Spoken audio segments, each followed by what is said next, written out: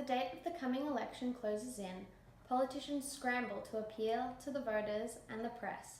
Hi, I'm Aleb Citrus, and welcome to this Saturday night edition of AP News.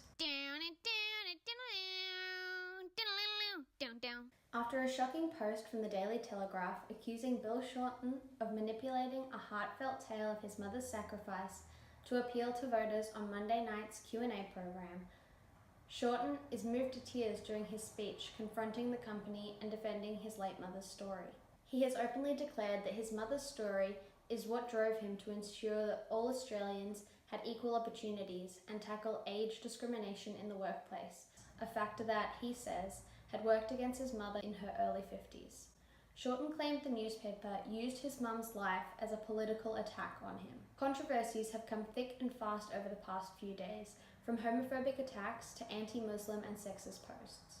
Many politicians have quit or been dumped for inappropriate behaviour online, both recent and past. Among them is Jessica Whelan, the Liberal candidate for Lions.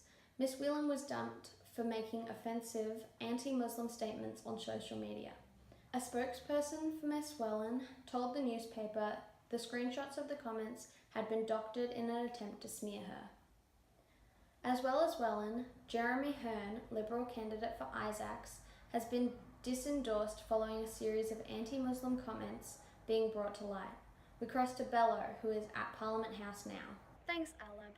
Mr. Hearn has been found responsible for comments that describe Muslims as people of bad character and stated that the Islamic ideology called for the killing or enslavement of the citizens of Australia.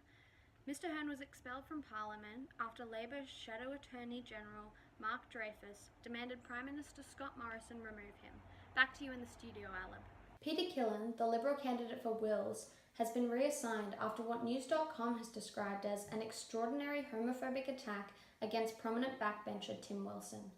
The Liberal candidate made their remarks about Mr. Wilson in the comments of a blog run by Christian right-wing figure Bill Muehlenberg.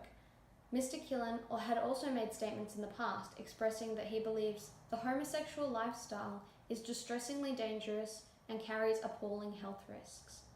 As well as the comments, Peter Killen also lobbied fellow conservative Liberals to help prevent gay people from being elected. Posts from a Facebook account under Tony Hanley of the United Australia Party's name have been brought to light recently.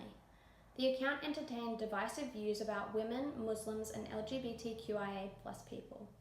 Mr. Hanley has claimed that the posts were defendable and is still to be listed second on Liberals' how to vote cards in the electorate of Bean. Stepping away from scandals, Labor has announced that they, if elected, will invest $1 billion to begin securing the corridor required to build a high-speed rail link from Brisbane to Melbourne via Sydney and Canberra. This high-speed rail plan builds on the work of the former Labor government, who conducted a feasibility study of the project in 2013. Their study identified the chosen 1,748-kilometre route and found that the project was not only viable, but would return more than $2 in public benefit for every dollar invested. In other news, dozens of Cambodian women who were paid to carry babies for mothers and fathers around the world are now forced to either raise the child or face years of imprisonment for human trafficking. Politicians in China clamber over tables, swearing and piling into each other as pro-democracy MPs and those loyal to China scuffle over an extradition law opponents fear will erode people's rights and legal protections. Nearly 1,000 dyed t-shirts have been used to create a giant placenta art installation at Warragul to celebrate the incredible, often hidden things women do. An Australian fiddle maker is helping to spice up the dying craft by creating High Danger Fiddles, a Norwegian instrument that gained international fame in the Lord of the Rings soundtracks. Now over to Barley for the sports report. Thanks, Aleb. The Brisbane Broncos beat Manly at Lang Park, but the game is overshadowed by a series of injuries after West Tigers crushed the Panthers. Adelaide withstood a serious late scare to claim showdown victory over Port, while the Eagles were too good for the Saints. Earlier, the D's pulled off a remarkable victory over the Suns, while the Pies and Dogs enjoyed wins. Gillan McLaughlin says the umpires were right not to punish Sydney's Dane Ramp for climbing on the goalpost, saying the call was correct given the context of the game. Manly centre Dylan Walker has 2 domestic violence charges dismissed in court.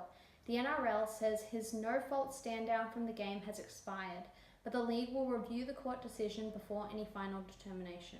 Belio, how's the weather looking this coming week? This coming week is set to bring some generally sunny weathers with small showers predicted Tuesday morning.